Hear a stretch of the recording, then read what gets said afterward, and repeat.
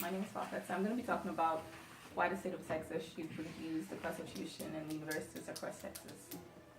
So the state of Texas, they have one of the best and most recognized education system all over the nation, and that's a really good thing. So with that comes a great responsibility.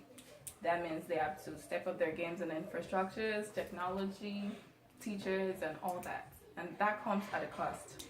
And guess who's going to be bearing that cost? The students. We're going to be paying for that. So the average Texas annual tuition for a college student is $10,728,000, and that's just a tuition.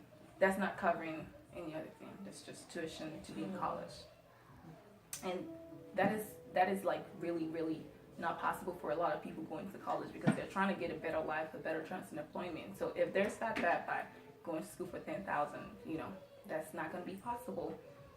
According to the Texas Tribune, across Texas, all kinds of family from upper class to poor classes, they find it so hard to meet up with this fee. It's like they're struggling to pay this tuition fee for their students' college, and that's not a good thing.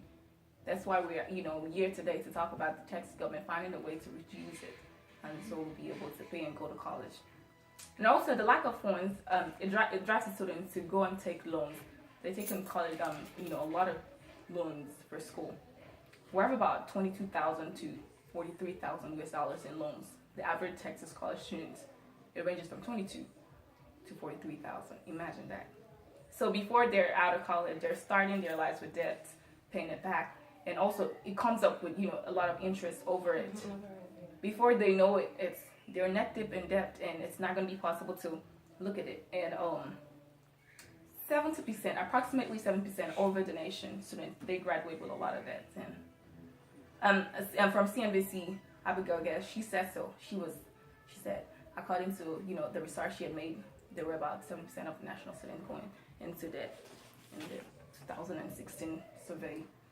So it also has a negative, an indirect impact on the finances of the state. It's not good. It doesn't work well for us to have a lot of tuitions and all that. And we need Texas to make colleges and universities more affordable for everybody. That way we'll be able to bridge the gap, go and get better education, better the standard of living, reduce crimes, because staying in school ebbs into in the long run better people, better life, better job, better standard of living. But that's not possible if the college tuition is unaffordable and unattainable for anybody. So in conclusion, I believe that Texas as a whole, and I'm representing the student of Texas, and we're also really begging Texas government to please try and reduce our tuition, because we're not. I remember a time where I wasn't able to pay my tuition. I had to wait for the next year to go to school because I couldn't afford the tuition at that time. And I was a resident of Texas, but they had me booked for outside resident, and that's just not right.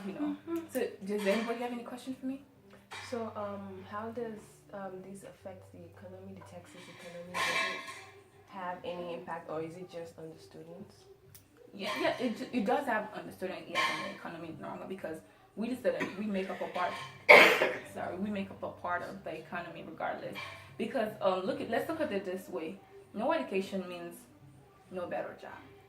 No better job means no money. No money means no money's coming into the economy, and also the government is going to have to spend more on people that are unemployed. They become the liability of the government. They're in the long run, look at that, because nobody's paying for the tuitions because it's too high. Then they keep on pumping out money for people that don't have any kind of job because they were not able to get qualified and all that. And also there's a lot of decrease in students dropping out for school because of that reason.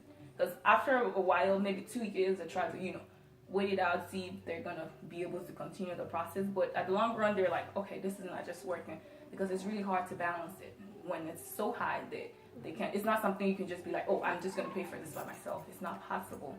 They're not able to get help that they need because it's so high, and people are not able to help them at that point. So they drop out. That's a waste of resources, waste of time, and that becomes not detrimental for that. And the Houston Business Journal says the average student debt is 22,000 to 43,000. So that was from the Houston Business Journal, and there's a lot of that. It is. And basically. But what we can do, so imagine in a family they're making 48,000, 45 doesn't matter, and they have 2 college kids and 1 high school kid, and the average tuition is 10,728. How are they gonna afford this with their lifestyle? It's like they're trying to get